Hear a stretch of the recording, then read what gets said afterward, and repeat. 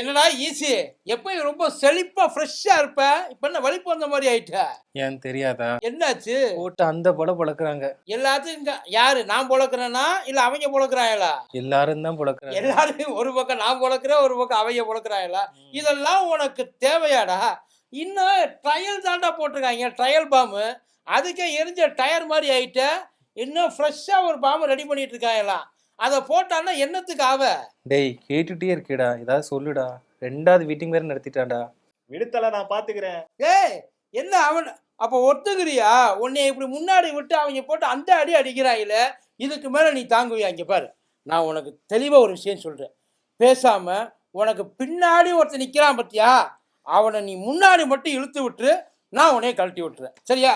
சொன்ன இறக்கிடுவேன். ஏய் நீ அவன் இறக்குனான்னு சொல்லி நீ சொல்லாம இருந்தா உன்னை ஏத்தி விட்டுருவேன். நான் அடிச்சிருவேன் பாத்துக்க. மரியாதையை உண்மையை ஒத்துக்க. யாரு உன்னை யாரு அப்படி பண்ண சொன்னது? யாருமே பண்ண சொல்ல. ஏய் சொன்னா இறக்கிடுவேன். ஏய் இங்கேடா, அவனுக்காக நீ பத்தினி வேஷம் போட்டுக்கிட்டு இருக்க. அவன் உன்னைய பாலத்துக்கு கீழே நிக்க வச்சிருவான். நல்லா தெரிஞ்சுக்க. இப்பயே உண்மையை சொல்லிடு.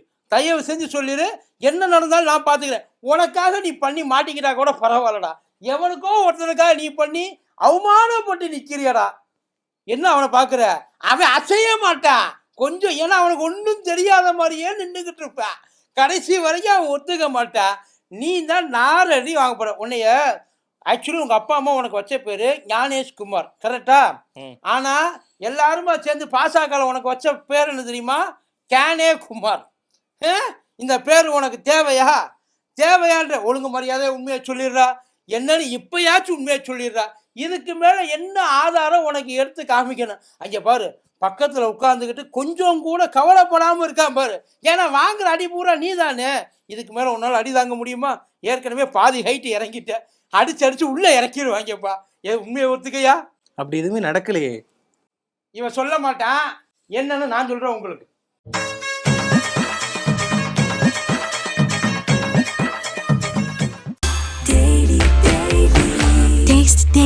Taste the Daily. டயா பூஸ்டர் சுகரை கண்ட்ரோல் பண்ணும், உங்க ஆரோக்கியத்தை மீட்டு தரும். சர்க்கரையை கட்டுப்படுத்துறதுக்கான எளிமையான வழிமுறை, இயற்கையான வழிமுறை. அனைத்து மருந்து கடைகளிலும் கிடைக்கும். மதியம் நேருக்கு வணக்கம். இது மதியம் தர்பார் கூத்தடி கோப்பு. சத்தான் சிவனாண்டி எலெக்ஷன் கமிஷன் கதை முடிஞ்சு. எலெக்ஷன் கமிஷனு பொச்சுக்கு பின்னாடி இந்த பிஜேபியோட வாழை ஒட்டி வச்சிருந்துச்சு இல்லையா, அந்த வாழை பிச்சு எடுத்துருக்காப்புல ராகுல் காந்தி.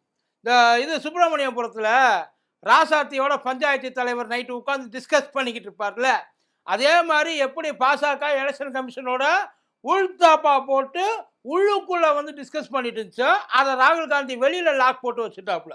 இப்போ அந்த தலைவர் சாக்கடைக்குள்ள விழுந்து புரண்டு தலையில துண்டை போட்டு ஓடுற காட்சியத்தான் நம்ம இனிமே பார்க்க வேண்டியது இருக்கு.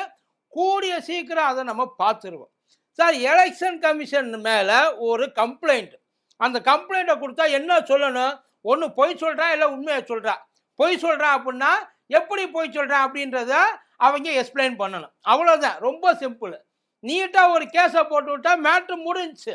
அதுக்கப்புறம் ராகுல் காந்தி மூச்சு விட முடியாத அளவுக்கு ஆக்கி விட்டு போயிடலாம். அடுத்தடுத்து ப்ரெஸ் கான்ஃபரன்ஸ் பண்ணணுன்ற அவசியமே இங்கே கிடையாது.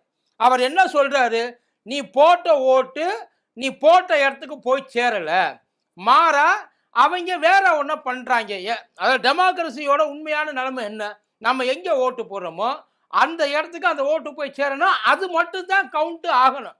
ஆனால் இங்கே அதுக்கான வேலை எங்கேயுமே நடக்கலை. இவங்க ஒரு ஃப்ராடு ஃபேக்ட்ரி வச்சுருக்காங்க. ஃப்ராடு ஃபேக்ட்ரினா நீ பண்ணுறது எல்லாத்தையுமே, அதாவது ஆளுகளை சேர்க்கறது, ஆளுகளை நீக்கிறது அவன் விருப்பம். அதாவது அவன் வந்து நான் இங்கேருந்து போகிறேன் எனக்கு மாற்றி கொடுன்னு கேட்கறது அவனோட உரிமை. இருக்கிறவனை இல்லாதவனை ஆக்கிட்டு இல்லாதவனை இருக்கிறவனை காமிக்கிறதுக்காக எலெக்ஷன் கமிஷன் இருக்குன்னா அது எதுக்கு இருக்கு? இதைத்தான் ராகுல் காந்தி எல்லா இடத்துலையும் கேட்குறாரு. இப்போ போட்டிருக்கிறது ட்ரையல் பாம் தான். அவரே சொல்லியிருக்காரு, இது ஜஸ்ட் ஒரு சாம்பிள் பீஸ். படையப்பாடம் வரும்ல, அந்த மாதிரி. மெயின் பிக்சர் நீ இன்னும் பார்க்கலகன்னா இன்னும் ஸ்பெஷல் ஐட்டம் நிறையா இருக்குன்னு இருக்காரு.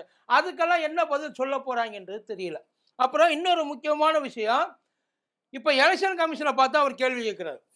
எந்த இடத்துலையும் பாசகவை பற்றி அவர் பேசவே இல்லை. பாசக ஃப்ராடு பண்ணிடுச்சு, பாசக இந்த வேலையை பார்த்துருச்சு, பாசக இப்படி எல்லாம் தான் ஆட்சிக்கு வருது, எலெக்ஷன் கமிஷன் ஒழுங்காக வேலை செய்யலை ஆனா எலெக்ஷன் கமிஷன் யாருக்கோ ஒருத்தருக்காக இந்த வேலையை செஞ்சிருக்கு. ஏன்னா இப்ப கர்நாடகாவில் ஏற்கனவே கிட்டத்தட்ட 18 முறை கேட்டிருக்கிறது கர்நாடகாவோட சீஃப் எலெக்ஷன் கமிஷனர். அது அவங்க ஆளுங்க தான். சார் இந்த மாதிரி ஏகப்பட்ட பிரச்சனைகள் உள்ளுக்குள்ள இருக்குது, அது என்ன ஏதுன்னு தெளிவா நமக்கு தெரியணும், தயவு செய்து டேட்டாவை கொடுங்கன்றது 18 முறை கேட்டிருக்காங்க கர்நாடகா கவர்மெண்ட். ஒரு முறை கூட ஈஸியா இது வரைக்கும் ரிப்ளையே பண்ணல. அது ஏன் ரிப்ளை பண்ணலன்னு எவனாச்சும் ஒருத்தன் கேள்வி கேட்கிறீங்களா? ராகுல் காந்தி சொல்றது பொய். ராகுல் காந்தி வேணும்னே ஜனநாயகத்து மேல சாணி எடுத்து வீசுறாப்புல. ஆனா என்னன்னு சொல்லி வீசுறாப்புல, ஜனநாயகத்தோட சங்கம் மிதிச்சு சாவடிச்சுட்டாங்க இவங்க எல்லாரும் ஒண்ணு சேர்ந்து.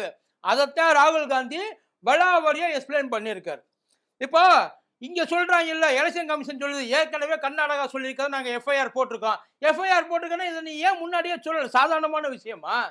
6000 பேர் நாங்க நீக்கல சார். நீக்கிறதுக்கான அப்ளிகேஷன் வந்துச்சு இல்ல, அது எங்கேருந்து வந்துச்சு? ராகுல் காந்தி ஸ்லைட் ஷோ போட்டதை மட்டும் வியட்நாம்ல இருந்து போட்டாப்புல. அவருக்கு வேற இடத்துல எல்லாம் பல விதமான லிங்க் எல்லாம் இருக்கு, அதை வச்சு உபயோகப்படுத்தி வெளிநாட்டு சதி சொல்றீ இல்ல. உள்நாட்டுக்குள்ளே ஒருத்தர் ஒரு ஆபரேஷனை பண்ணியிருக்கானே, அதுக்கு என்ன ஒன்று சொல்ற? அது எங்கே இருந்து வந்துச்சு? அந்த போட்டு எங்கே போச்சு? ஓடிபி எப்படி வந்துச்சு? முதல்ல ஒரு ஆளை வச்சு எப்படி இதை நீக்கலாம்? எலெக்ஷன் கமிஷனே சொல்லியிருக்கு ஆன்லைன்ல இதெல்லாம் பண்றதுக்கு சாத்தியம் இல்லை. அப்புறம் அப்ளிகேஷன் மட்டும் எப்படி அப்ரூவ் ஆச்சு? விட்டுந்தான் நீக்கிருப்பிய, அது உள்ளது தானே, அதை ஒத்துக்கிறீங்களா? அப்படி விட்டுந்தா நீக்கிறதெல்லாம் எவன் பார்த்த வேலை? அவ்வளவு சாதாரணமா அவ்வளவு கேவலமா இருக்கா இசிஐ? இல்ல அன்ப்ரொடெக்டடா இருக்கா? எதுக்கத்தான் சொல்றீங்க பேஸ்லெஸ் இன்ஃபர்மேஷன், அன்ஃபவுண்ட் இன்ஃபர்மேஷன், அவதூறு பேசுறீங்கல்ல. அவர் பேசுறதுக்கு எதுக்காச்சும் ஒரு எக்ஸ்பிளைன், அவர் பாயிண்ட் பை பாயிண்டா பின் பாயிண்ட் பண்ணி சொல்றாப்புல. நீ என்ன பண்ணணும்? அந்த பின் பாயிண்ட்ல இவர் இந்த மிஸ்டேக் எல்லாம் பண்ணியிருக்காரு, இதெல்லாம் வந்து ஐயா சாதாரணமா எல்லா இடத்துலையும் டெக்னிக்கல் எரர் நடக்கிறது தான். ஆனா டெக்னிக்கல் எரர் மட்டுமே நடக்கிறதுக்காக ஒரு டிபார்ட்மெண்ட் ரன் பண்ணிட்டு இருக்கியான்னு. இங்க ஒரு 6000 பேரை நீக்கி இருக்குன்னா மகாராஷ்டிரால ஒரு 6000 பேர் சேர்த்து இருக்க, எந்த அடிப்படையில சேர்த்த கேட்பாங்க இல்ல. அதுவும் டெக்னிக்கல் எரரா? ஆயிரக்கணக்கில் நடக்கிறதெல்லாம் டெக்னிக்கல் எரராப்பா? தெரியாம இது எங்கேயுமே நடக்க போறதே கிடையாது. ஒரே ஒருத்தர் தான் அந்த கேள்வியை ஆரம்பிச்சாப்ல, பிஜே ராஜு யாரோ ஒருத்தர், காங்கிரஸ் ஆள் ஒருத்தர். அவர் தான் கர்நாடகாவில் இந்த மாதிரி நடக்குது, இந்த மாதிரி வந்து தேவையில்லாம நீக்கிறாங்க, அவர் சொன்ன அந்த கம்ப்ளைண்ட் பேர்ல தான் இப்ப இவ்வளவு பெரிய பிரச்சனையே நடக்குது. இது அடிஷ்னலா வந்தது 2022 நடந்தது. 2023 இருந்து கேட்டுக்கிட்டு இருக்காங்க. 18 முறை சம்மன்ஸ், ஒரு முறை கூட ரிப்ளை பண்ணலன்னா அப்புறம் என்னதான் இருக்கு? அப்புறம் எதுக்கு அந்த டிபார்ட்மெண்ட் இருக்கு? ஏதாவது பிரச்சனை, அதாவது இதுல எந்த விதமான ஒரு தப்பும் தவறும் நடக்கல அப்ப நிரூபிக்க வேண்டியது யாரு? ஒரு அக்யூசேஷன் வச்சுட்டாங்க, பெரிய குற்றச்சாட்டு, சாதாரணமான குற்றச்சாட்டு இல்ல, பெரிய குற்றச்சாட்டு. இருக்கிறதுல ஒன்னே ஒண்ணுதான் நமக்குன்னு சொந்தமா இருக்குன்னு நம்ம நினைச்சுக்கிட்டு இருக்கோம். அப்படி அதுவும் உனக்கு சொந்தம் இல்லடா, உன்னை ஏமாத்தி தான் இத்தனை நாள் இவங்க எல்லாத்தையுமே பண்ணிட்டு இருந்தாங்க அப்படின்னா அத இல்ல, அந்த நம்பிக்கையை நீங்க இழந்துடாதீங்க, உங்களுக்கு நாங்க எப்பயும் உண்மையா இருப்போம் அப்ப நிரூபிக்க வேண்டியது யாரு? வெறும் வாயால சொல்லிட்டா இந்தியாவுக்கு எதிராக ராகுல் காந்தி செயல்படுறான்னு சொல்லிட்டா எப்படி செயல்படுறாரு அதை சொல்லணும்ல. அது இது வரைக்கும் அதுக்கான ஒரு வேலையை, ஒரு ஸ்டெப்பை இவங்க எடுத்து கூட வைக்கல சார். இப்ப ராகுல் காந்தி 2 மேடையிலையும் ஏன் நின்னாரு. அவர் 2 மேடையில ஏன் நின்று யாரையாச்சும் ஒருத்தரை பின் பாயிண்ட் பண்ணி இவங்க காரணம்னாரா? எனக்கு காரணத்தை சொல்லுன்னாரு. யாரு வேணாலும் சொல்ல வேண்டியது யாரோட கடமை? 2வது எலெக்ஷன் கமிஷனை பார்த்து தானே கேட்கிறேன், எதுக்கு பிஜேபி காரங்க பயப்படுறாங்க? எலெக்ஷன் கமிஷனை கேட்டா எலெக்ஷன் கமிஷன் பதில் சொல்லட்டுமே. அது வந்து கவர்மெண்ட்டுக்கு கீழே ரன் ஆகிற ஒரு இண்டிபெண்டன்ட் பாடி, கரெக்ட் தானே? அந்த இண்டிபெண்டன்ட் பாடி தானே கேள்வி கேட்கிறாங்க. இப்ப அனுராக் தாக்கூர் வந்து கேட்கிறாரு என்ன ஆதாரம்? அப்புறம் வாழ் நல்லா வருது, குருட்டு பயலா நீங்க எவ்வளவு தெளிவா உட்கார்ந்து என்னென்ன எங்கெங்க இருந்து நடக்குது, என்ன டைமிங்க்கு இதை எடுத்திருக்காங்க, எப்படியெல்லாம் இதை பண்ணியிருக்காங்க, மாஸ் டெலிஷன் பண்ணியிருக்காங்க, எப்படி இதை விட வேற ஆதாரம் என்ன வேணும்? இல்லைன்னு சொல்லி நிரூபிக்க வேண்டியது யாரோட கடமை? டெலிஷன் நடந்திருக்கு, அந்த டெலிஷன் நடந்ததா நடக்கலன்னு இருக்காங்க. மாட்டிக்கிட்ட பங்கு. இதுக்கப்புறம் நீ வந்து என்ன பண்ணணும், அதை எப்படி சமாளிக்கிறதுன்னு பார்க்கணும். திருப்பி விடுறதுக்காக பார்த்துக்கிட்டு இருக்காங்க. அதான் ராகுல் காந்தியை வழக்கம் போல இவர் வந்து இந்தியாவுக்கு எதிராக செயல்படுறாரு, இவர் இருந்தா இந்தியா வழங்காது, அப்படியே இவங்க ஆட்சியில இந்தியா அப்படியே பூத்து குலுங்கிருச்சு, எங்க கால் வச்சாலும் தங்க காசா கொட்டுது இல்லையா? இருக்கிறது ஒண்ணு, அதாவது அவங்களுக்கு வச்சுக்கிறதுக்கு மெயின்டைன் பண்றதுக்கு வக்கு இல்ல, ஏற்கனவே விட்டுட்டு போனாங்க இல்ல, அதை ஒழுங்கா. இப்ப எல்லாரும் என்ன சொல்றாங்க, இப்ப அந்த டவுட் எல்லாருக்கும் வந்துருச்சு, இது ஒரு இடத்துல நடந்தது கிடையாது, ஜஸ்ட் எக்ஸாம்பிள். ஆலந்து அப்படின்றது மகாதேவபுரா ஏற்கனவே வந்து அம்பலப்படுத்தியாச்சு. ஆலந்து இது ஒரு எக்ஸாம்பிள். இதே மாதிரி எல்லா இடத்துலையும் நடக்கிறதுக்கான வாய்ப்புகள் நிறைய இருக்குது. எப்படி நம்பிக்கை வரும்?